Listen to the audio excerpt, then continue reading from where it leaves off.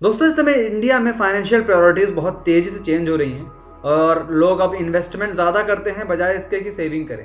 पहले एक जनरेशन थी जो सेविंग में ज़्यादा बिलीव करती थी, लेकिन आजकल लोग इन्वेस्टमेंट में ज़्यादा बिलीव कर रहे हैं और इन्वेस्टमेंट ज़्यादा कर भी रहे हैं। और ये साफ ज़ाहिर होता है अगर देखा जाए कि लोग इंटरेस्ट किन चीज़ों को सुनने और समझने में ले रहे हैं, तो वो शेयर मार्केट से जुड़ी हुई चीज़ों को सुनने समझने में इंटरेस्ट भी ले रहे हैं। सो वहाँ से भी ये चीज़ क्लियर हो रही है कि ज़्यादातर लोग हैं जो अब सेविंग की जगह इन्वेस्टमेंट को एक अच्छा ऑप्शन मानते हैं और बढ़ भी रहे हैं उस तरफ। करंट सिनेरियो को देखते हुए दोस्तों मैंने ये वीडियो बनाया है जहां अभी मार्केट में कुछ सेक्टर ऐसे हैं जो बहुत ही अच्छा परफॉर्म कर रहे हैं और कुछ सेक्टर ऐसे हैं जो बहुत चैलेंजेस को फेस कर रहे हैं।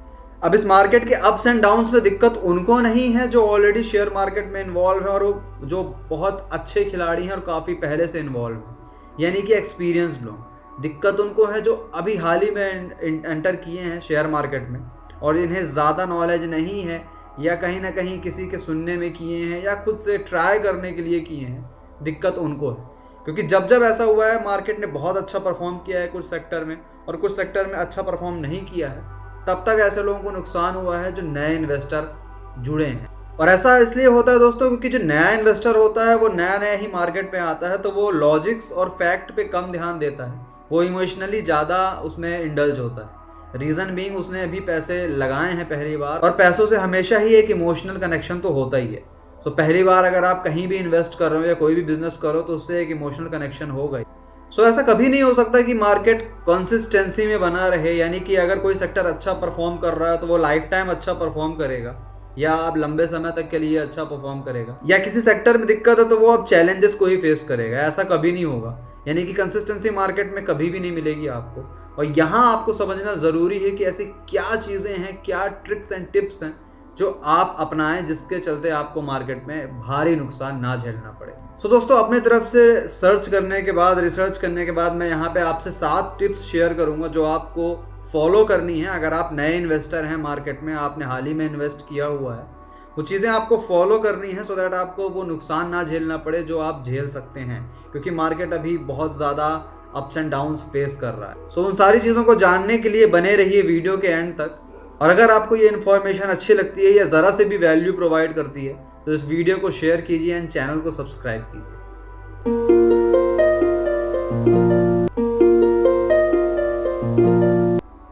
सो दोस्तों पहली चीज़ जो आपको अवॉइड करनी है, जो ज़्यादातर लोगों को हार्म करती है, वो है ओवर कॉन्फिडेंस। अब ये ओवर कॉन्फिडेंस कहाँ पे हो सकता है? ये ओवर कॉन्फिडेंस हो सकता है कि आपने किसी एक पर्टिकुलर सेक्टर को ही पकड़ लिया है और आप श्योर हैं कि इसी चीज़ों पे अब वर्क करेगी गवर्नमेंट भी और इसी चीज़ों पे काम होगा और ये चीज़ आगे चल के आपको एडवांटेज देगी। एक पर्टिकुलर सेक्टर को पकड़ना कोई भी आपकी समझदारी नहीं कहलाएगी शेयर मार्केट में। फॉर एग्जांपल आपने देखा कि इस समय बहुत ज़्यादा चर्चा में है AI, चैट GPT और टेक्निकल चीज़ें, तो आपने सोचा कि चलो टेक्निकल चीज़ें ज़्यादा चर्चा में हैं या ये चीज़ें ज़्यादा आने वाले समय में काम आएंगी, तो हम एक टेक सेक्टर को पकड़ के चलते हैं और टेक सेक्टर पे ही इन्वेस्ट करते हैं। ऐसा बिल्कुल नहीं करना है दोस्तों, कभी भी ओवर कॉन्फिडेंस में काम नहीं करना है। एक पर्टिकुलर सेक्टर को अगर आप पकड़ेंगे तो आपके लॉसेस के चांसेस हाई हैं और ऑलमोस्ट श्योर भी हैं। दूसरी चीज़ मैं आपसे शेयर करना चाहूँगा क्राउड मेंटेलिटी। क्राउड को फॉलो नहीं करना है। नए इन्वेस्टर हैं आप, आपने ऐप खोला और आपने देखा कि सबसे ऊपर और ट्रेंडिंग में तो ये कुछ 4-5 कंपनियां आ रही हैं। अब आप जाके उन 4-5 कंपनियों के शेयर परचेज कर लेते हैं। ये दूसरी गलती है जो एक नया इन्वेस्टर हमेशा करता है। ट्रेंड को फॉलो नहीं करना है। आपने देखा कि ये कंपनी अच्छा परफॉर्म कर रही है, इसको हम परचेज कर लें। आप समझिए इस चीज़ को कि अगर वो अच्छा परफॉर्म कर रही है तभी तो आपको वो नहीं परचेज करना, बिकॉज अब वो लो परफॉर्मेंस की ओर जाएगी। तो जो लोग पहले से उनमें इन्वेस्ट किए हैं उन कंपनियों में, उन्हें प्रॉफिट हो रहा होगा अभी और आगे भी होगा उसकी ग्रोथ के साथ साथ। लेकिन आप अभी एंट्री मारेंगे जब वो अच्छा परफॉर्म कर रही है, तो आप ही समझ सकते हैं कि ये फ़ायदे का सौदा है या घाटे का सौदा है। अब इसके साथ आपको इसका मतलब ये भी नहीं हो जाता कि उन कंपनियों को पकड़ना है जो लो परफॉर्म कर रही है, जिनका परफॉर्मेंस अच्छा नहीं है। अब आप ये सोच के इसमें इन्वेस्ट कर दें कि आगे चल के इसका परफॉर्मेंस अच्छा होगा, तो इसकी श्योरिटी ना कहीं है और ना वो कंपनी भी आपको इसकी श्योरिटी देती। यानी कि आपको देख के समझ के करना है जो भी करना है इन्वेस्टमेंट। लेकिन इस चीज़ को तो बिल्कुल भी फॉलो नहीं करना है कि ट्रेंड में है तो हम आँख बंद करके उस शेयर को परचेज कर लेते हैं, ये बिल्कुल नहीं करना है। थर्ड थिंग है जो मैं आपसे शेयर करना चाहूँगा दोस्तों, वो है कि अवॉइड करना लॉसेस को। अब एक नए इन्वेस्टर के तौर पे मैंने आपसे पहले भी कहा था कि आप जो भी इन्वेस्ट करेंगे तो उससे एक इमोशनल कनेक्शन तो रहेगा ही आपको। तो यहाँ पे जिस किसी कंपनी में आपने इन्वेस्ट किया है, अगर वो आपको लॉस दे रही है और काफ़ी समय से लॉस झेल रहे हैं आप, यहाँ पे आपको सोचना पड़ेगा कि निकलने का सही समय कब है। यानी कि अवॉइड नहीं करना है कि चलो ठीक है कल को ये शेयर बढ़ेगा या परसों को ये शेयर बढ़ेगा या 1 साल बाद 1 महीने बाद बढ़ेगा, नहीं, ऐसा बिल्कुल नहीं करना है। सोच समझ के वहाँ पे एग्जिट करनी है या वहाँ पे बने रहना है। तो लॉस को अवॉइड नहीं करना है। एक लंबे समय तक के लिए अगर आपको लॉस हो रहा है तो वहाँ पे समझना है कि अब आपको सही एक्शन क्या लेना चाहिए। चौथी चीज़ है दोस्तों, करंट अफेयर्स पे फोकस। अब एक नया इन्वेस्टर यही करता है, वो करंट अफेयर पे फोकस रखता है और उस हिसाब से इन्वेस्ट करता है। लेकिन एक जो एक्सपीरियंस्ड इन्वेस्टर होता है वो ये करंट अफेयर पे फोकस नहीं करता है, वो एक लंबे समय को देखता है, पहले के इन्वायरमेंट को देखता है, पहले की परफॉर्मेंस को देखता है, उसके हिसाब से आगे की परफॉर्मेंस और आगे के इन्वायरमेंट को समझता है, फिर जाके वो इन्वेस्ट करता है। एग्जाम्पल के तौर पे मैं आपको बताऊं कि जैसे मैंने अभी टेक का एक एग्जाम्पल लिया था। सो एक नया इन्वेस्टर होगा वो ये देखेगा कि आजकल टेक्निकल चीज़ें ज़्यादा चर्चा में हैं, ज़्यादा उछाल पे हैं, सो क्यों ना टेक्निकल पे इन्वेस्ट किया जाए, टेक चीज़ों पे इन्वेस्ट किया जाए या टेक सेक्टर पे इन्वेस्ट किया जाए। लेकिन एक एक्सपीरियंस्ड इन्वेस्टर होगा यहाँ पे तो वो ये नहीं देखेगा कि करंटली क्या अच्छा चल रहा है या क्या बुरा चल रहा है, वो लंबे समय की चीज़ों को देखेगा, क्योंकि इन्वेस्टमेंट और कंपाउंडिंग तभी काम करती है जब आप लॉन्ग पीरियड ऑफ टाइम के लिए उसमें रहें। सो वो लंबे समय को देखेगा। फॉर एग्जांपल वो टेक की जगह ग्रीन एनर्जी में जाएगा, क्योंकि आने वाले समय में उस चीज़ का बहुत अच्छा बूम आएगा उस सेक्टर में।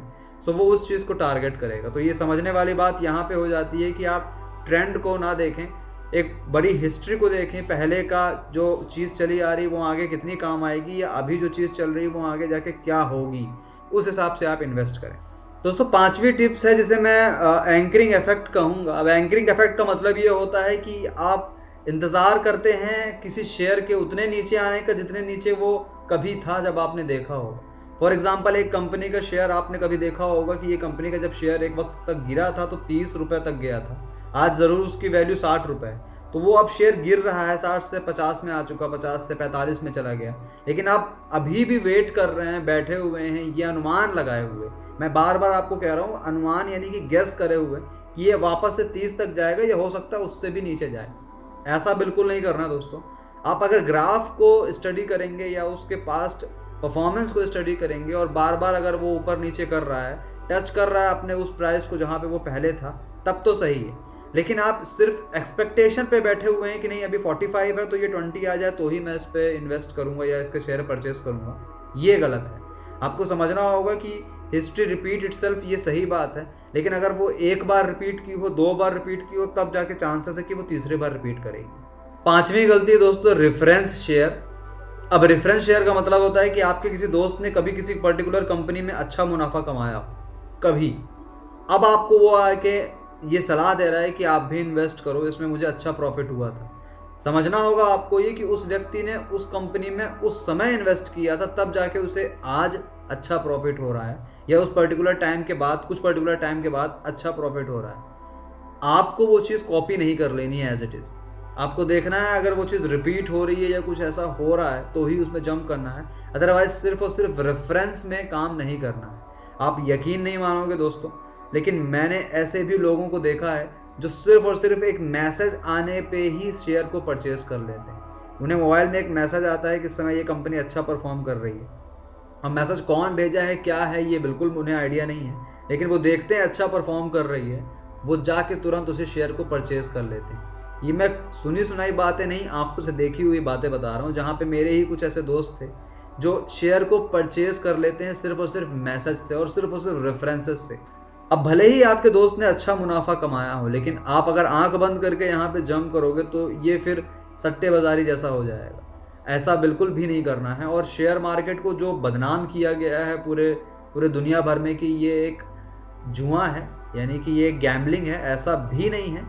ये गैम्बलिंग तभी हो जाती है जब आप ऐसे आंख बंद करके बिलीव कर लेते हो और उसमें जंप करते हो। तो ऐसा नहीं करना है, आपको रेफरेंसेस पे ध्यान नहीं देना है। अगर आप चाहते हो परचेज करना, रेफरेंसेस को सुनना, तो पहले अपनी स्टडी करो, अपने तरफ से फ्री हो जाओ कि हाँ ठीक है, ये सही है, ये इस बार भी अच्छा परफॉर्म करेगा। सातवीं टिप है दोस्तों जो यहाँ पे निकल के आती है, वो एडिक्शन है सस्ते शेयर्स का। अब क्या होता है, लोग अक्सर क्या करते हैं कि उन शेयर को वो और परचेज करते हैं जिनका प्राइस और गिरता चला आ रहा है, ये सोच के कि अभी ये बढ़ेगा तो उन सबको कवर कर देगा।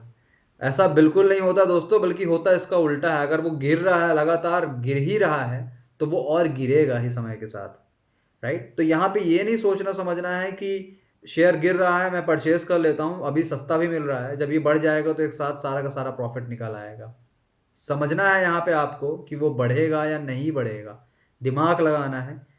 अंधा होके, इमोशनल होके यहाँ पे काम नहीं करना है। सो ये कुछ 7 टिप्स थे दोस्तों। उम्मीद करता हूँ ये वीडियो आपको पसंद आया होगा, आपको नॉलेज मिली होगी। और थी तो ये बहुत कॉमन सी और छोटी छोटी मिस्टेक्स थी, लेकिन ये जानते हुए भी हम इन मिस्टेक्स को दोहराते हैं और करते हैं। सो अवॉइड करना है इन सातों चीज़ों को, इमोशनल नहीं होना है अपने पैसे और इन्वेस्टमेंट को लेके। सो ये वीडियो आपको अगर पसंद आई हो दोस्तों तो इसे शेयर कीजिए एंड चैनल को सब्सक्राइब कीजिए एंड बेल आइकन को प्रेस कीजिए, सो दैट सारे के सारे वीडियोस की नोटिफिकेशन आपको आ सके।